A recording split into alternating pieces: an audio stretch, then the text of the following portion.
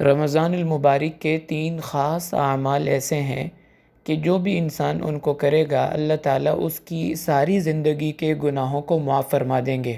پہلا عمل ہے روزہ رکھنا ایمان اور احتساب کے ساتھ۔ ایمان کا معنی تو ہم سب جانتے ہیں، احتساب کا معنی ہے اجر اور ثواب کی نیت سے اللہ کی رضا اور خوشنودی حاصل کرنے کے لیے۔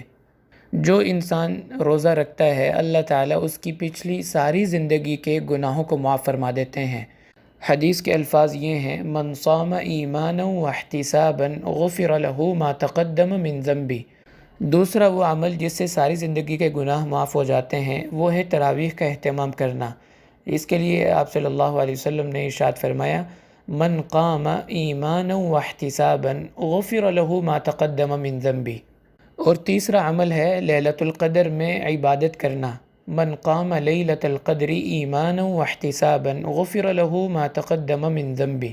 تو یہ 3 اعمال ہیں، ان میں سے کسی ایک پر بھی عمل کریں گے تو ساری زندگی کے گناہ معاف ہو جائیں گے، لیکن شرط یہ ہے کہ ایمان ہو اور احتساب ہو۔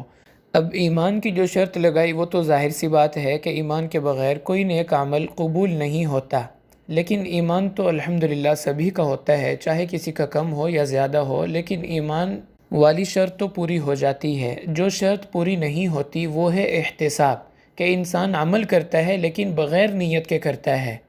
اس لیے اللہ والے فرمایا کرتے تھے کہ اس امت کا سب سے بڑا مسئلہ بدنیتی نہیں ہے، بے نیتی ہے۔